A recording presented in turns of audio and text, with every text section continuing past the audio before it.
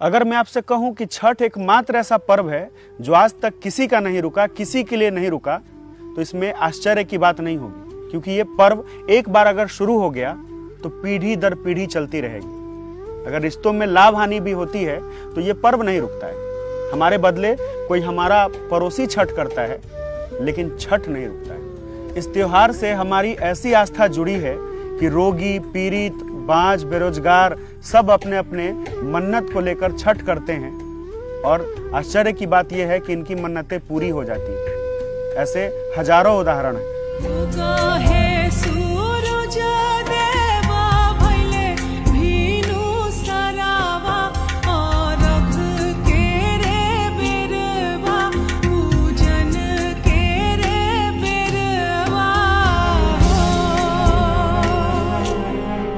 शायद यही वजह है कि छठी मैया के प्रति लोगों का विश्वास अटूट है।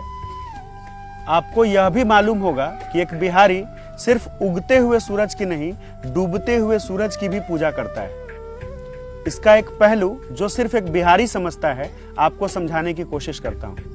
हमारी माएं 3 दिन तक निर्जला व्रत करती है अपनी परिवार की खुशहाली के लिए, अपने परिवार की सलामती के लिए, और उगते सूरज के अलावा डूबते सूरज को भी अर्घ देते हुए, पूजते हुए हमें ये संस्कार देती है कि हमें अपनों का साथ, अपने बड़ों का साथ अंत तक निभाना चाहिए। शायद यही वजह है कि बिहार में वृद्धाश्रमों की संख्या कम है। यह पर्व किसी एक मजहब, धर्म या संप्रदाय तक सीमित नहीं है।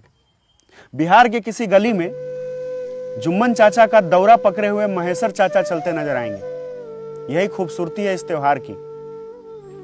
यह दुनिया का एकमात्र ऐसा पर्व है जिसमें न तो किसी धार्मिक स्थल की जरूरत पड़ती है और न ही पूजा विधि बताने या मंत्र उच्चारण करने वाले पुरोहित की। इस त्योहार से हमारा जुड़ाव कुछ ऐसा है कि 70 साल के फकीरा बाबा के साथ 2.5 साल का गणेशवा भी खुरपी लेके घाट बनावे चल देता है। सालों भर एसी में रहने वाले रमाकांत बाबू भी घाट पर गोबर से घाट निपते हुए नजर आते हैं। शारदा सिन्हा के गाने जब कानों में पड़ते हैं तो खेती का खौ न जानने वाला रजस्वा भी दनादन खुदारी चलाने लगता है। यकीन मानिए, यहाँ बच्चा इतनी बेसब्री से अपने जन्मदिन का इंतजार नहीं करता है जितना वो छठ का करता है।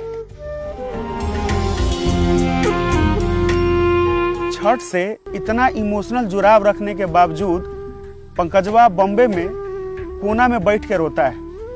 काहे से कि ओकर मुलाजिम को कोई फर्क नहीं पड़ता है कि वो छठ में घर जा पाएगा कि नहीं पाएगा।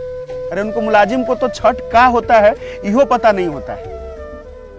जब पंकजवा सुबह से तैयार हो जाता है जब छठ घाट जाने के लिए, और उसे कोई पूछता है अरे बाबू ना अलग हुआ, पंकजवा कहता है हमको पापा नहीं आया है। उस समय कलेजा कचोटने लगता है। ऐसा लगता है कि हम जिस पर्व से इतना जुड़ाव रखते हैं, बहुत लोगों को इसके बारे में जानकारी भी नहीं। बहुत बुरा लगता है उस बाप के बारे में सोचकर जो अपने बेटा के लिए कपड़ा का पैसा तो भेजता है, लेकिन ये नहीं सोच पाता है कि हमारा बेटा कपड़ा में कैसा लगेगा। मोबाइल पे वीडियो कॉलिंग करके देख तो लेता है अपना बेटा के, लेकिन दो बात सही से बोल नहीं पाता है, एक बार सीना से लगा नहीं पाता है। किसी के गरीब बाप अपने माथा पे दौरा लेकर के चलते हैं तो सोचते हैं कि बेटवा घरे रहता तो कितना अच्छा होता। माई को नयका साड़ी पहन के चमकाना अच्छा नहीं लगता है। लगता है कि साड़ी पुरानी भी होती तो चलता, बेटवा घरे रहता। लेकिन फुर्सत नहीं मिलता है साहब। हमारे भैया भी बाहर रहते हैं। बड़ी छठी माई से मन्नत मांगी थी तो हमारे भाई का जन्म हुआ था, लेकिन वही भाई उसी घाट के लिए जब नहीं आता है तो हमारी मैया खूब रोती है। उसको छुपाते छुपाते हमरो आंख से आंसू आइए जाता है, लेकिन जानते हैं कि बाहर के बाबू को छठ से कोई फर्क नहीं पड़ता है। जहां जिस देश में हेलोवीन का पार्टी चलता है, उस देश में छठ को इतना महत्व नहीं मिलता है। हम बिहारी जिस त्योहार को इतनी श्रद्धा से मनाते हैं, उस त्योहार को बाहर में इतना इंपॉर्टेंस न दिया जाना, इतना महत्व न दिया जाना काफी दुखदायक है। अब किसी के नहीं आने से उनकी कमी पूरी तो नहीं हो सकती है, लेकिन छठ तो होगा। आखिर छठ होता भी तो उन्हीं की सलामती के लिए। पर उम्मीद है कि किसी दिन उन मुलाजिमों को यह खबर लगेगी कि छठ बहुत ज़रूरी होता है, छठ एक इमोशन है हम बिहारियों का, तो शायद छुट्टियां मिलने लगेगी हमारे भाइयों को भी। और छुट्टी ना भी मिली तो क्या होगा, वही जो सदियों से चलता आ रहा है।